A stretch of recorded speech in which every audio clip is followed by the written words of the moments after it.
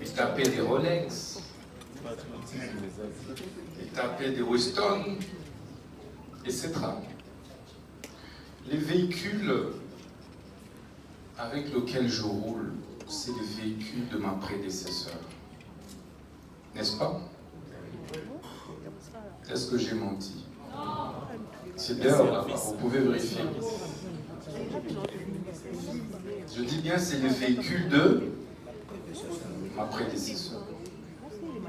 Mais pendant ce temps, ce n'est pas des propositions qui manquent. On t'amène du blindé, des 400 000, des 500 000, des 600 000. Est-ce que c'est ça ma priorité? Mais c'est pour ça que le chef de l'État m'a nommé à ces fonctions. Ce sont des accessoires. Voilà.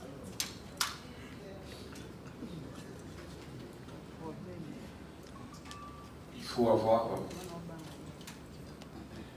le sens des sursauts, le détachement du bien matériel. Est-ce que j'ai changé de maison depuis que je suis ministre de la Justice? Qui arrive chez moi?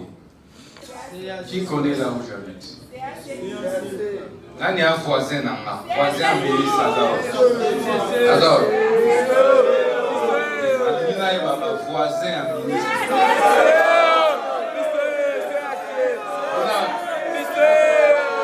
Ah bon? Ah bon? Mais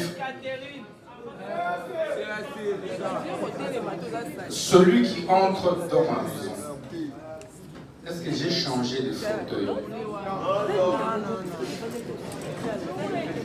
Hein? Ai-je changé de... Je voulais dire, est-ce que j'ai changé des cuillères? De fourchettes?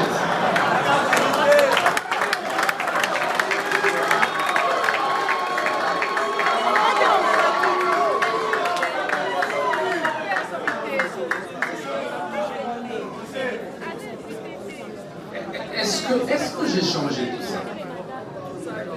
Non, je suis sérieux. Vous venez chez moi à la maison, pour ceux qui arrivent, je n'ai changé ni des draps de lit.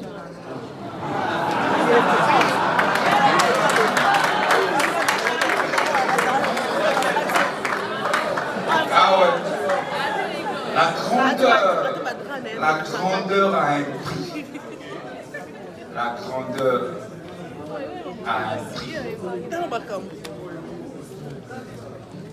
Mais qui m'a déjà croisé dans une boîte depuis que je suis ministre de la Justice? Personne. C'est Madame Sebadiou. Pas au Mokonzi, pas du Bokabambo.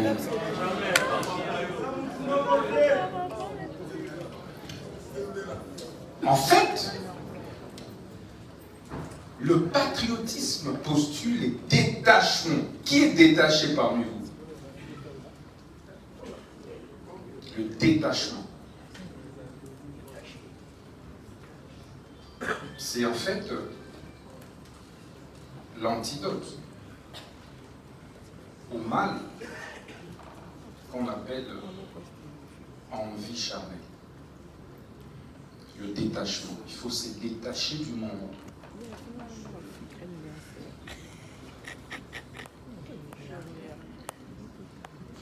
Il faut regarder. Je voudrais partager mon expérience. Parce que j'ai senti la nécessité de vous la partager. Comment j'en suis arrivé là? Tantôt les gens peuvent dire que c'est un grand féticheur. Omonite basuki na ewana ebombaka kisi ebele. Tantôt on dit que Voilà, il est dans tel réseau.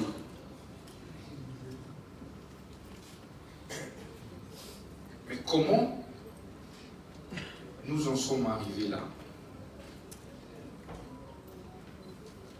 Je suis convaincu qu'un jeune Africain ici a besoin de cette expérience.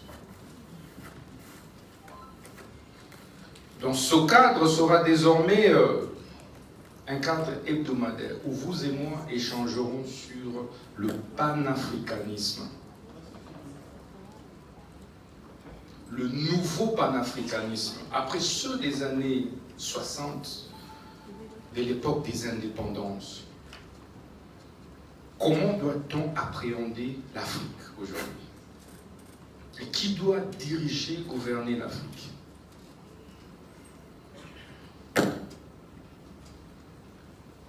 Nous aurons donc plusieurs thématiques, mais sur l'Afrique et sur le Congo, avec les jeunes.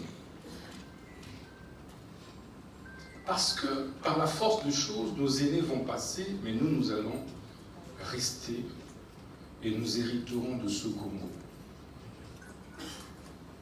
Donc, parmi vous, il y a des futurs ministres de la Justice qui vont certainement nous remplacer, des futurs gouverneurs, des futurs présidents de la République, premiers ministres, etc.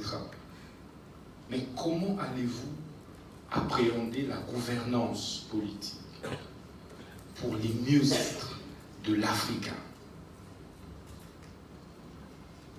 Je ne voudrais pas trop m'appesantir sur des théories, parce que notre thématique de ce soir s'articule autour du patriotisme. Le patriotisme.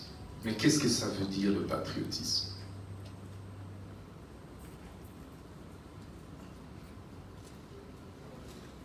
C'est l'amour que l'on a vis-à-vis de son pays. C'est ça le patriotisme. C'est l'amour que l'on voue à sa patrie.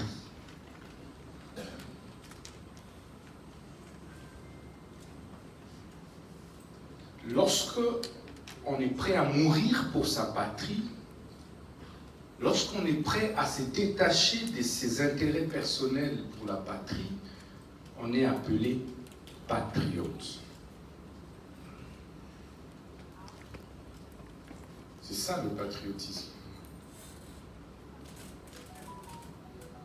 Un patriote, c'est celui qui est prêt à mourir pour sa patrie. Un patriote, c'est celui qui identifie la cause pour laquelle il est prêt à mourir. Il y a des gens qui sont prêts à mourir pour l'argent, qui prennent des armes pour aller braquer des magasins, des boutiques. Ça, c'est une cause, mais pour laquelle ce compatriote est prêt à mourir, parce qu'il y a beaucoup de risques. N'est-ce pas, Willy? Tu vas braquer une banque, et puis tu en meurs. Est-ce ça le patriotisme? Non. Mais un soldat qui va au front, en considération du solde qui lui est dû, en sachant que laissant femme et enfants, il peut mourir dans les chances de repos,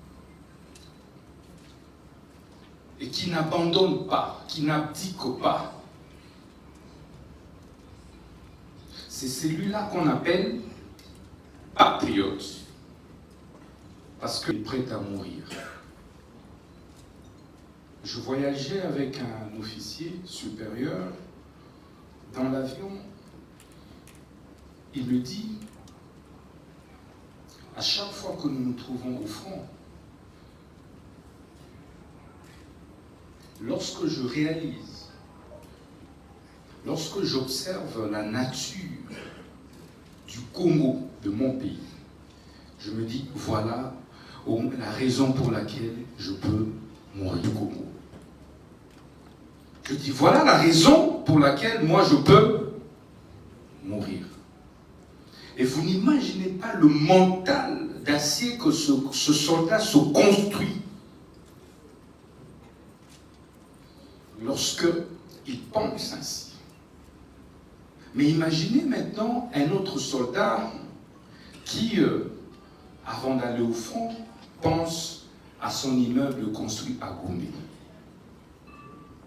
Pense à ses 10 femmes et ses 20 enfants laissés à Bandal, à Kimbanseke, à Lingwala.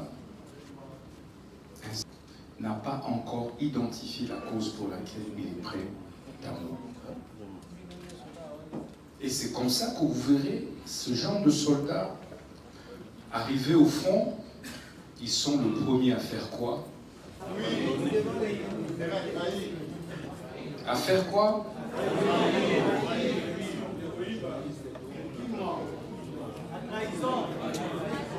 À décrocher devant les autres. Celui-là n'est pas un patriote, mais il a une cause pour laquelle il est prêt à mourir. C'est sa femme, ce sont ses biens matériels.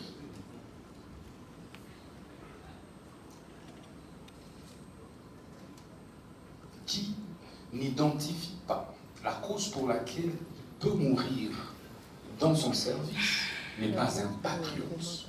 Ça veut dire qu'un gouvernant, un dirigeant qui est prêt à mourir matériel n'est pas un patriote. Pour appréhender le sens du patriotisme, la plupart d'entre nous, on est prêt à servir l'État, non pas pour l'aider à se développer, mais pour nous enrichir nous-mêmes. Tu n'es pas prêt à porter une cause jusqu'au sacrifice suprême. Tu es ministre d'État, ministre de la Justice et garde-sceaux. Le premier réflexe pour toi, c'est comment je deviens multimillionnaire. Le premier réflexe pour toi, c'est Kopezalaka Wapi.